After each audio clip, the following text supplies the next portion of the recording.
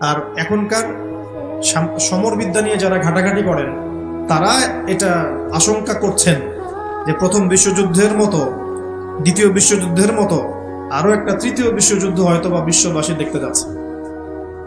হয়তোবা, আল্লাহ ভালো জানেন, আমরা তো গ্যারান্টি দিয়ে বলতে পারবো না, কিন্তু পরিস্থিতি ওইরকমই মনে হচ্ছে। তবে এতটুকু জেনে রাখেন, হাদিসের মধ্যে মালহামা নামে একটা শব্দ আছে। কি শব্দ? নবীজি বলেছেন ইউফ্রেটিস নদী, মানে ফোরাত নদী। ইউফ্রেটিস কোন নদী? এই ফোরাত নদী অচিরেই তার ভূগর্ভস্থ সোনার পাহাড় বের করে দিবে। ফোরাত নদী অচিরেই তার সোনার পাহাড় বের করে দিবে, এবং ওই সোনাকে নিয়ে মারামারি করতে আসবে যে মানুষগুলো, তাদের মধ্যে প্রত্যেক 100 জনের মধ্যে 99 জন মানুষ মারা যাবে। আর একজন ব্যক্তি যে বেঁচে থাকবে সে ধারণা করবে আমি সেই ব্যক্তি যে সোনাটা পাবো। আর মুসলিমদেরকে নবীজি বলছেন তোমরা যদি ওই সময় ওই জায়গায় থাকো, কোন মুসলমান যদি সেটা দেখে, তোমরা সেই সোনায় হাতও দিবে না। আরেকটা হাদিস এসেছে যে অচিরেই রোমকরা, পশ্চিমারা আরবদের সাথে চুক্তি ভঙ্গ করবে এবং 80টা পতাকা নিয়ে তাদের বিরুদ্ধে যুদ্ধে নেমে যাবে। কয়টা পতাকা?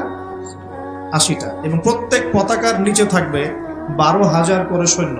কত হাজার? একটা যুদ্ধে এত বেশি 99% মানুষ মারা যাওয়াটা স্বাভাবিক না, এটা অস্বাভাবিক। ঢাল তলোয়ার AK-47 যুদ্ধে এমনটা হবে না বা হয় না। হয়তো এমন কোন অস্ত্র সেখানে প্রয়োগ করা হতে পারে, এটা আমাদের ধারণা, আল্লাহ ভালো জানেন, যেই অস্ত্রগুলো দিয়ে অল্প সময়ে বেশি বেশি মানুষ মেরে ফেলা সম্ভব।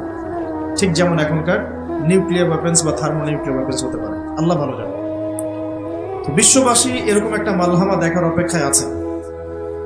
এই মালহামার পরেই আসবেন ইমামুল মাহদি। ইমামুল মাহদির পরে আসবে ঈসা ইবনে মারিয়াম। ঈসা ইবনে মারিয়ামের পরে আসছে ইসলামিক খেলাফত। ওই খেলাফত থেকে খলিফা এই শব্দটা নিয়ে কথা বলছি এখন। আমি আবু বকর সিদ্দিকে ছিলাম রাদিয়াল্লাহু আনহু। ফেরেশতারা বলছেন আপনি কি এমন কাউকে পৃথিবীতে পাঠাতে চান গিয়ে রক্তপাত ঘটাবে অথবা ফাসাদ সৃষ্টি করবে? যেটা বললাম, এখনকার বিশ্বে দুটোই আমাদের কাজ। তো আল্লাহ পাক বলছেন ইন্নী আ'লামু মা লা তা'লামুন, ইন্নী আ'লামু মা লা তা'লামুন। দেখো আমি যা জানি তোমরা সেটা জানো না।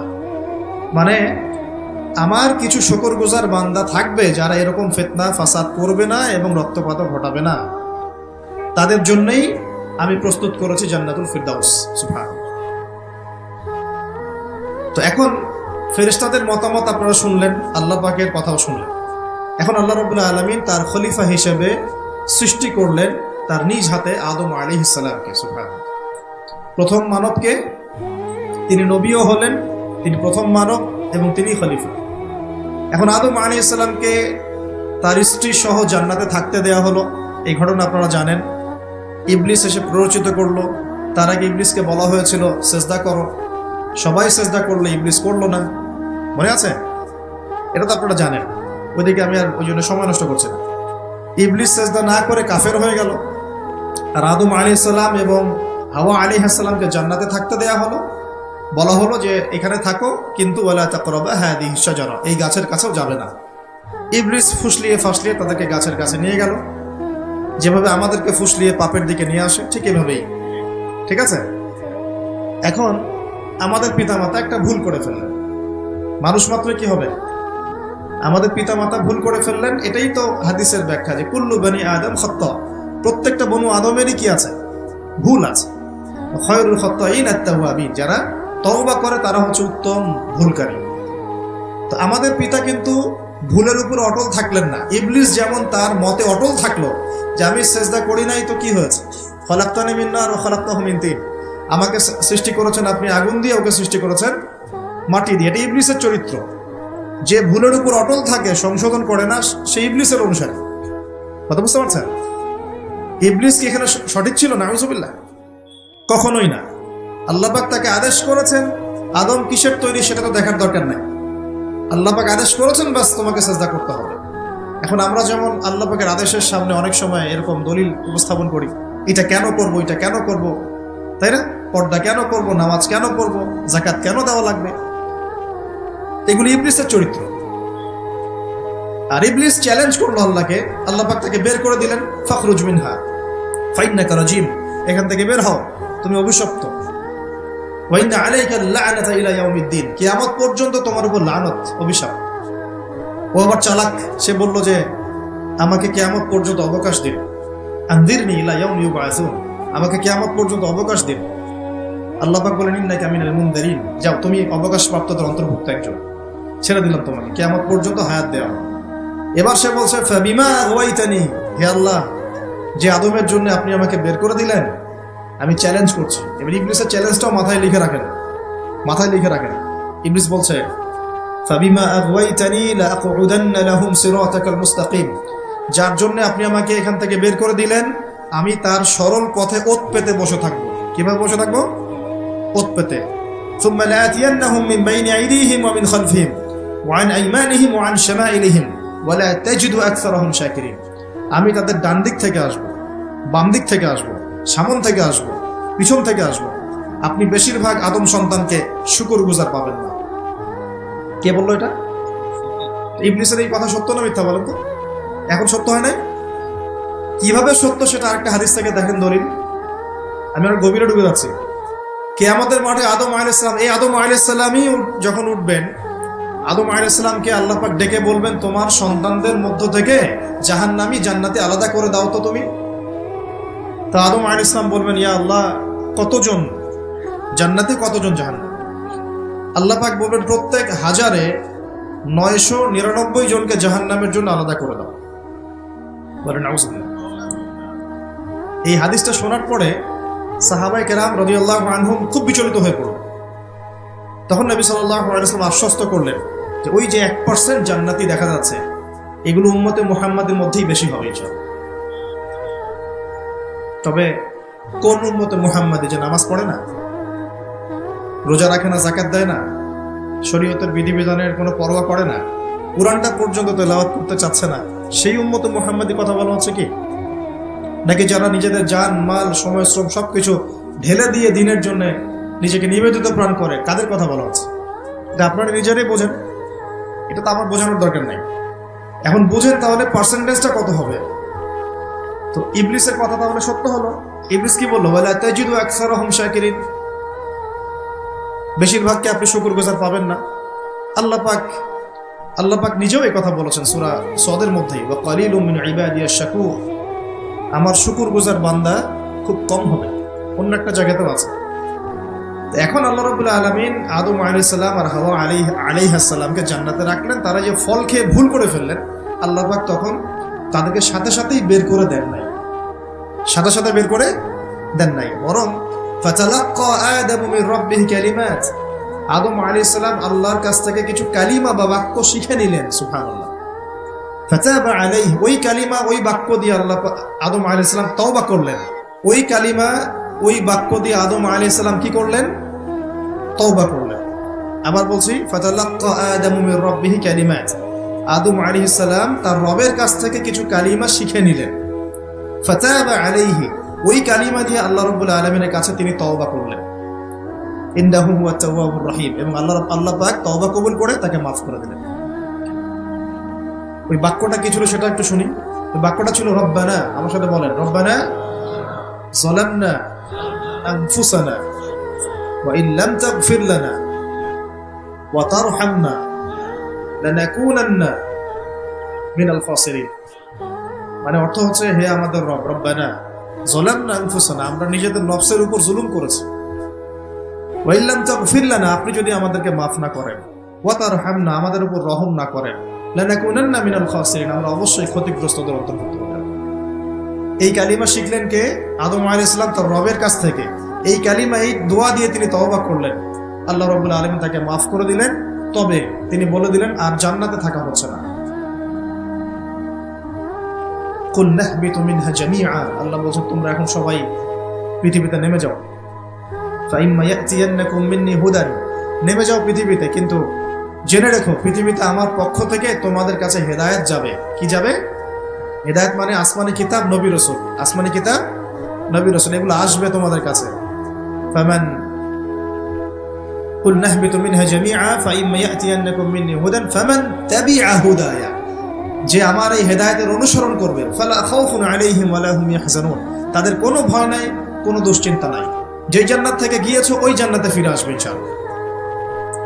এটা একটা কথা। আর ওয়াল্লাযীনা কাফারু ওয়া কাযযাবু বিআয়াতিনা, কিন্তু যারাই আমার ওই হেদায়েতকে মিথ্যা প্রতিপন্ন করবে, অস্বীকার করবে, কুফরি করবে, ঠিক আছে, উলাইকা আসহাবুন নার, এরা হবে জাহান্নামের অধিবাসী, হুম ফিহা খালিদুন, এখানে তারা চিরস্থায়ী হবে। আল্লাহ পাকের বক্তব্য একদম সহজ সরল পরিষ্কার না? দুনিয়াতে যাচ্ছ যাও, এটা চিরস্থায়ী নয়। এই সময়টুকুর মধ্যেই আমার পক্ষ থেকে কি আসবে বলেন? হেদায়েত আসবে, মানে যুগে যুগে নবী রাসূল আসবেন, আসমানি কিতাব আসবে। ফামান তাবিআ হুদায়া, তোমাদের মধ্যে যারা এই নবী রাসূলদেরকে মানবে, আসমানি কিতাব সমূহকে মানবে, তাদের কোনো টেনশন নাই, কোনো ভয় নাই, আবার জান্নাতে ফিরে আসবে। আর যারা নবী রাসূলকে মানবে না, আসমানি কিতাবের পরোয়া করবে না, নিজের প্রবৃত্তির দাসত্ব করবে, উলাইকা আসহাবুন নার, তারা জাহান্নামে যাবে, সেখানে চিরস্থায়ী হবে। হিসাব কি সহজ না কঠিন? একদম সহজ কথা আল্লাহ পাকের। এবার এই যে সিলসিলা শুরু হলো পৃথিবীতে, এখন আদম আলাইহিস সালামকে আল্লাহ পাক কি বলেছেন, কি শব্দটা বলেছিলাম? খলিফা। এবার আদম আলাইহিস সালাম পৃথিবীতে এসে কি আবারও নতুন করে কোনো ভুল করেছিলেন? বলেন তো দেখি। উত্তর না, করেন নাই। মানে কান্নাকাটি করতে করতেই বছরের পর বছর চলে গেছে, শুধু কাঁদতে কাঁদতেই বছরের পর বছর চলে গেছে। পরবর্তী ভুল যেটা আমরা দেখি সেটা হলো হাবিল আর কাবিলের ভুল। এই হাবিলকে হত্যা করেছে, তাই না? হিংসার বশবর্তী হয়। ওই যে এখনো দেখবেন আমাদের সমাজে যে ভাইয়ে ভাইয়ে মারামারি, এটা সেই হাবিল কাবিলের সুন্নত। এখানে আমরা কাবিল হব না, হলে হাবিল হব। প্রয়োজনে হাবিল হয়ে থাকবো, তাও কাবিল হতে চায় না। কারণ নবী সাল্লাল্লাহু আলাইহি ওয়াসাল্লাম বলেছেন, পৃথিবীতে প্রথম হত্যাকাণ্ড সংঘটিত করেছে কাবিল। ভালো করে শোনেন, যারা এই পথে আছেন ভালো করে শোনেন। পৃথিবীতে প্রথম হত্যাকাণ্ড সংঘটিত করেছে কাবিল। এ কারণেই কিয়ামত পর্যন্ত যত মানুষ খুন হবে, খুন, এই সমস্ত খুনের পাপের একটা অংশ কাবিলের আমলনামায় গিয়ে যুক্ত হবে। মনে করায় দেই, কাবিল একজন নবীর সন্তান। কার সন্তান? নবীর সন্তান। লূত আলাইহিস সালামের স্ত্রী একজন নবীর স্ত্রী। নূহ আলাইহিস সালামের স্ত্রী একজন নবীর স্ত্রী। আবু লাহাব সর্বকালের সর্বশ্রেষ্ঠ মানব মুহাম্মদ সাল্লাল্লাহু আলাইহি ওয়াসাল্লামের চাচা। আবার ফেরাউনের ওই স্ত্রী, তার নাম, দাসীর নাম কি? আসিয়া। তাহলে আমাদের বংশ, আমাদের রং, আমাদের জাতীয়তা, আমাদের অর্থ সম্পদ, আমাদের টাকা পয়সা, আমাদের স্ট্যাটাস, আমাদের ভাষা, আমাদের এই গোত্র বিভাজন, এগুলো আমাদেরকে আল্লাহ পাকের আযাব থেকে বাঁচাতে পারবে না, যদি না আমরা আল্লাহ পাকের হুকুম আহকাম মেনে চলি। একজন নবীর ছেলে কোথায় যাচ্ছে?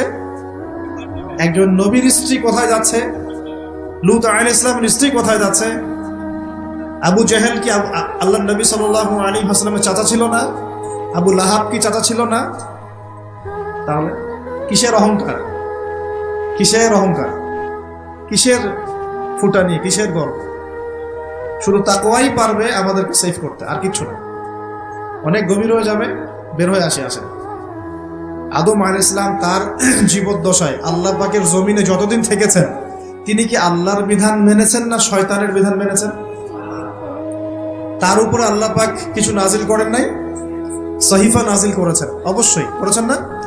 এমনকি কিভাবে কাপড় পরিধান করতে হবে, কিভাবে চাষবাস করতে হবে, কিভাবে এই পৃথিবীতে বেঁচে থাকতে হবে, এগুলো আল্লাহ রাব্বুল আলামিন জিবরাইল আলাইহিস সালামের মারফতে শিখিয়েছেন। মানুষ কাপড় পরা জানতো না, কে শিখিয়েছেন? আল্লাহ পাক। আল্লাহ পাক পোশাক নাজিল করেছেন। শুরুতে মানুষ গাছের ছালপাতা পরে থাকতো না, এগুলো মিথ্যা কথা। আল্লাহ রাব্বুল আলামিন আসমান থেকে পোশাক নাজিল করেছেন প্রথম। জিবরাইল আলাইহিস সালাম শিখিয়েছেন কিভাবে সুতা বুনতে হয়, কিভাবে জমি চাষ করতে হয়, কোন কোন গাছ উপকারী, কোন কোন গাছ উপকারী নয়, কোনটা আমরা খেতে পারবো, কোনটা খেতে পারবো না, কোন প্রাণী আমাদের জন্য খাওয়া ভালো হবে, কোনটা খাওয়া ঠিক হবে না, আল্লাহ পাক ওহীর মাধ্যমে জানিয়েছেন। এগুলো আমরা জানতাম না, এগুলো জানতাম।